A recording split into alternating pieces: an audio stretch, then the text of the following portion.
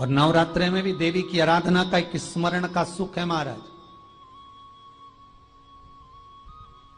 ज्योत का विधान है, नवरात्रे में देवी की ज्योत लगती है, अखंड ज्योति लगती है, जवारे बुआए जाते हैं, कलश लगता है।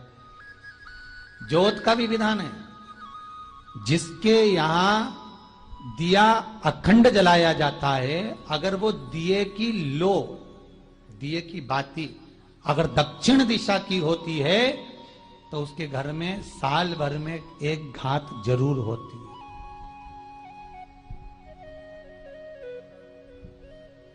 जो दिया अखंड जलता है उसकी बाती का मुख दक्षिण का नहीं होना चाहिए।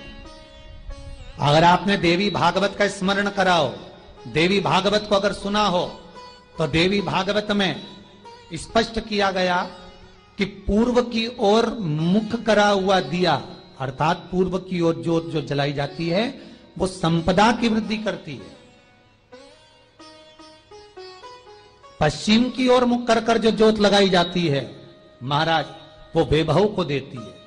और उत्तर की ओर जो मुख कर कर ज्योत जलाई जाती है, उत्तर की ओर जो ज्योत का मुख रहता है वो आयु की वृद्धि करती है, घर में अकाल मौत को रोकती है।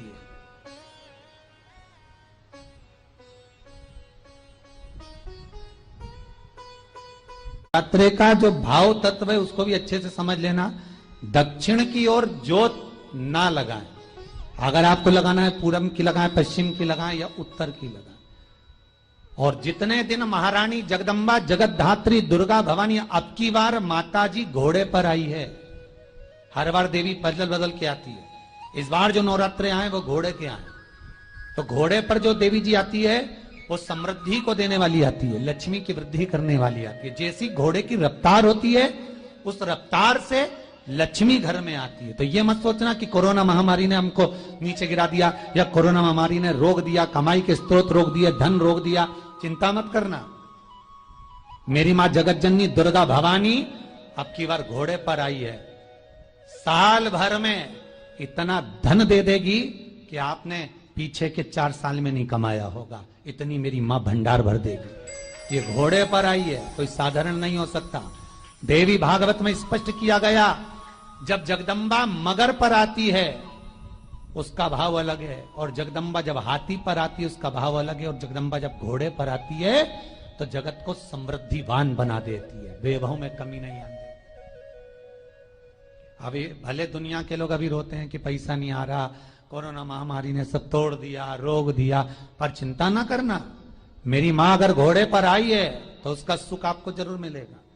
एक जरा सी मिट्टी की दुकान भी अगर आप खोल कर बैठेंगे तो चांदी और सोना के बराबर कमाएंगे, इतना धन देगी वो मारा। साधारण नहीं है मेरी माता। तात्विक सुख का आनंद देने वाली, लाभ तत्व प्रदान करने। और नवरात्रे में भी अगर आपकी कोई कामना है, आपकी अगर इच्छा है, आपका मन है, तो जगत जननी की आराधना करो।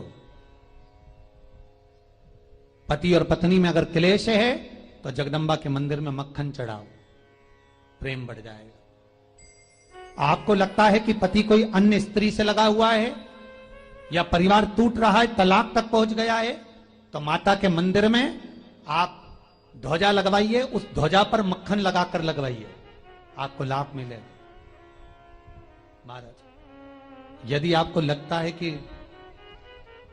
बच्चे बहुत ज्यादा अपशब्द बोल रहे हैं, मुंह चला रहे हैं और प्रेम नहीं रख रहे, तो माता के मंदिर में लाल पुष्प, लाल चंदन और लाल चूड़ी मां को समर्पित करिए, प्रेम बढ़ेगा।